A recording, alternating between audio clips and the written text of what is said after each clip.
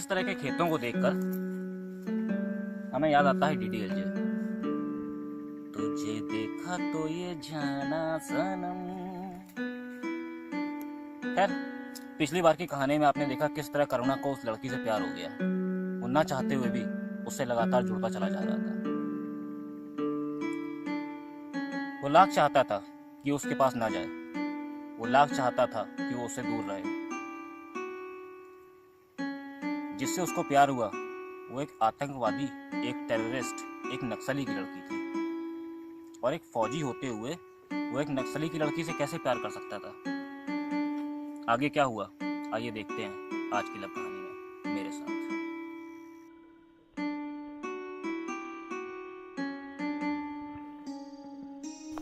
वो कमरा घूमने से लगा था और मुझे समझ में नहीं आ रहा था कि इस इश्क की दीवार लांघनी है कि नहीं। उसकी आंखें अभी मुझ पर ही टिकी थीं, जैसे जवाब के इंतज़ार में हूँ। लेकिन मैं क्या कहता? उसे तो शायद पता भी नहीं था कि उसका पिता एक नक्सली था। मैंने उसके हाथ पर एक थपकी सी दी और कमरे से बाहर निकल आया। तेज कदमों से बढ़ता हुआ मैं अब्दुल के दरवाजे पर जाकर रुका। पर अब्दुल से कहूँगा क्या कि मेरे भीतर का फौजी हार मानने लगा है? करुणा इतना कमज़ोर निकला कि एक दिन में ही इश्क कर बैठा। अनजाने में ही मैंने उस लकड़ी के दरवाजे पर एक मुक्का सा धर दिया। जब तक मैं संभल पाता, अब्दुल दरवाज़ा खोलकर मेरे सामने खड़ा था। अबे क्या हुआ बे? सनी देओल की घायल देख ली क्या? दरवाज़ा तोड़ दे तू मेरा। मैंने हल्की सी मुस्कुराहट में अपना सवाल दबा लिया। कुछ बात करनी है मुझे उस लड़की के बारे में। मैं अपनी झल्लाहट छुपाने की कोशिश में था। बताओ जवान, क्या खबर है? अब्दुल कुछ ज़्यादा ही चहक रहा था आज। पहले तू बता, इतना खुश क्यों है? मैंने पूछ ही लिया। तुझे नहीं पता, ब्रिगेडियर साहब ने तेरा और मेरा नाम गैलेंट्री अवार्ड के लिए भेजा है। बेटा पगड़ी खरीद ले, 15 अगस्त को अवार्ड मिलेगा तुझको और मुझको। अब्दुल की दी हुई खुशखबरी से मैं खुश कैसे होता? मैं तो कातिल था उसकी नज़रों में। वो बद्री की बेटी है, मैंने एक झटके में उसे बोल दिया। क्या? वो बद्री की बेटी है? नाम क्या है उसका? अब्दुल ने पूछा। सारिका, मैंने जवाब दिया। पर बद्री की बेटी तो 3 साल पहले ही मर चुकी है और उसका नाम सारिका नहीं था, अब्दुल बोला। क्या मतलब? अब सवालों की परतें मेरे दिल को ढकने लगी थी। हो सकता है ये कोई दूसरी बेटी हो, मैंने अब्दुल के सामने तर्क रखा। करुणा, अब्दुल की एक ही बेटी थी, रीमा, और वो बद्री की लेडी ब्रिगेड की कमांडर थी। 3 साल पहले सीआरपीएफ की ही 28वीं बटालियन के कैप्टन वीर सिंह ने उसका एनकाउंटर किया था। अब्दुल बहुत कॉन्फिडेंट था अपने तर्क पर। एनकाउंटर? अगर ये बद्री की बेटी नहीं है तो फिर ये कौन है? और अगर ये बद्री की बेटी है तो वीर सिंह ने किसको मारा? मेरे तो दिमाग पर हथौड़े से बरस रहे थे। अब्दुल तू रुक, मैं अभी आया, कहकर मैं फिर से सारिका के पास पहुंच गया। जेब से कागज और पेन निकालकर मैंने उस पर सवाल लिखा। सारिका कौन है? उन्हीं सवाली बिलौरी आंखों से उसने जवाब दिया, मैं। मेरा अगला सवाल था, तो फिर रीमा कौन है? उसने लिखा, बाबूजी की असली बेटी।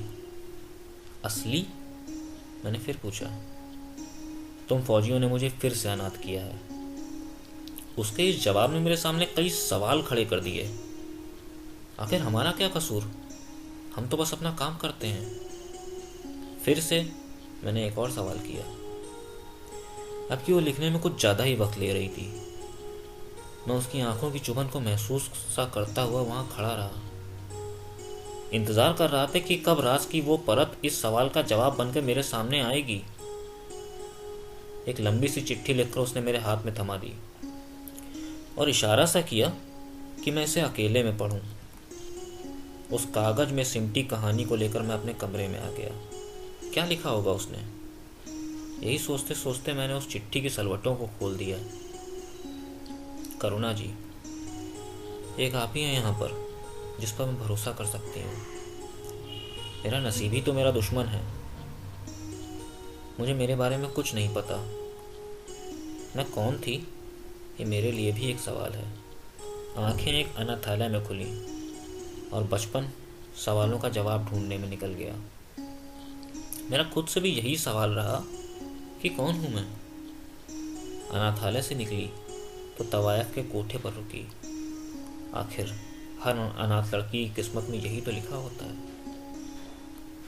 बेटी बोलने वाले तो कई मिले, पर बनाया बद्री प्रसाद ने। पिछले साल गंगा की दहलीज पर खड़ी मैं अपनी जिंदगी को फिर से लिखने की कोशिश में थी। सोचा था अगले जन्म में अनाथ भी नहीं बनूंगी और गूंगी बहरी भी।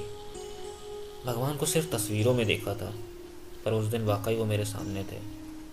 पिता का साया दिया उन्होंने मुझे, और बद्री प्रसाद मेरे बाबूजी हो गए।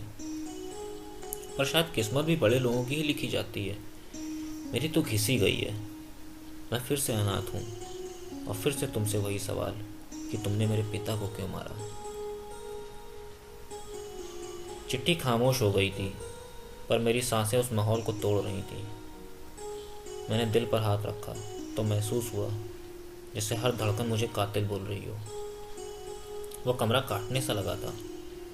ऐसा लग रहा था कि फांसी का एक फंदा अभी नीचे आएगा और मुझे सजाए मौत सुनाने के बाद उस पर लटका दिया जाएगा। मैं क्या बनूं इस वक्त? एक फौजी जिसको मिशन दिया गया है, या एक इंसान जो एक अनाथ के सर पर हाथ रख सके? अब्दुल से क्या बोलूं? ब्रिगेडियर साहब को क्या जवाब दूं? सारिका से क्या कहूं? इतना मजबूर तो मैं कभी नहीं था। उस पूरी शाम मैं अपने कमरे से बाहर नहीं निकला। रात भर सोचता रहा कि उसे बोल दूं कि मैं उसका हाथ थामना चाहता हूं। उसे बोल दूं कि मैं उसकी किस्मत को अब करवट नहीं लेने दूंगा। उसे बोल दूं कि मैं उसके साथ पूरी जिंदगी बिताना चाहता हूं। मैंने अपने फैसले को एक कागज पर उतार कर कल सुबह उसके सामने रखने का मन बना लिया। अगली सुबह मैं वर्दी में तैयार था। ठान सा लिया था दिल में कि उसके आगे दिल खोल कर रख दूंगा। तभी दरवाजे की उस दस्तक ने मेरा ख्याल मोड़ दिया। चल, ब्रिगेडियर साहब से मीटिंग है, वो प्रोग्रेस जानना चाहते हैं। अब्दुल था दरवाजे पर।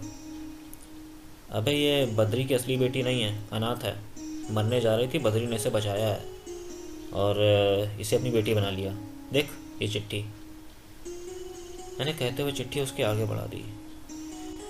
चिट्ठी हाथ में लेते हुए अब्दुल बोला, चल ब्रिगेडियर साहब के सामने ही पढ़ेंगे, जल्दी चल, बुलाया है उन्होंने। अब्दुल वाकई जल्दी में था। हम दोनों ब्रिगेडियर साहब के ऑफिस में पहुंच गए। So boys, what is the development in investigation? Who is this girl? Brigadier साहब ने जाते ही सवाल कर दिया। सर ये, मैंने बोलना शुरू ही किया था कि अब्दुल बीच में ही बोल पड़ा। सर ये लड़की खुद को बद्री की बेटी बताती है, नाम सारिका कहती है, बोल सुन नहीं सकती। ये कोई चिट्ठी दी उसने करुणा को। कहते हुए उसने चिट्ठी ब्रिगेडियर साहब के सामने बढ़ा दी। आई सी, बट बद्री की बेटी तो ब्रिगेडियर साहब इतना ही बोल पाए थे कि चिट्ठी ने उनकी ज़बान को रोक सा दिया। चिट्ठी पढ़कर वो मुझसे बोले, good job Karuna, you can leave now. Abdul तुम यहीं रुको। मैं अपने कदमों पर उछलता हुआ सा कमरे से बाहर निकल आया, बगीचे से एक गुलाब का फूल तोड़ा और गेस्ट लॉज की तरफ बढ़ चला। दरवाजे पर पहुंचा तो डॉक्टर उपाध्याय कमरे से बाहर निकल रहे थे। हल्की सी मुस्कान के साथ मैंने उनका अभिवादन किया और कमरे में जाकर सारिका के पास बैठ गया। ना सुन पाने के बाद भी शायद मेरे कदमों को महसूस सा कर लेती थी वो। मेरे हाथ पर उसने अपना नर्म सा हाथ रख दिया। उसकी बेचैनी में महसूस कर पा रहा था। हो भी क्यों ना, आंखें बंद जो थी 2 दिन से इस चार दीवारी के भीतर। उसका हाथ थाम कर मैं उसे बगीचे में ले आया। वो हर तरफ हथियार बंद फौजियों को देख रही थी और जैसे जैसे हम आगे बढ़ रहे थे मेरे हाथों पर उसकी पकड़ बढ़ती सी जा रही थी। मैंने उसे आंखों के इशारे से भरोसा दिया कि उसे डरने की ज़रूरत नहीं है, मैं साथ हूँ उसके, अभी और हमेशा। और जेब से निकालकर वो गुलाब उसके सामने रख दिया और साथ ही रख दी आधी रात को लिखी वो चिट्ठी जिसमें मेरे दिल की बात थी। इसी तरह हर हफ्ते मैं लव कहानी आपके लिए लाता रहूँगा। अभी के लिए बाय बाय।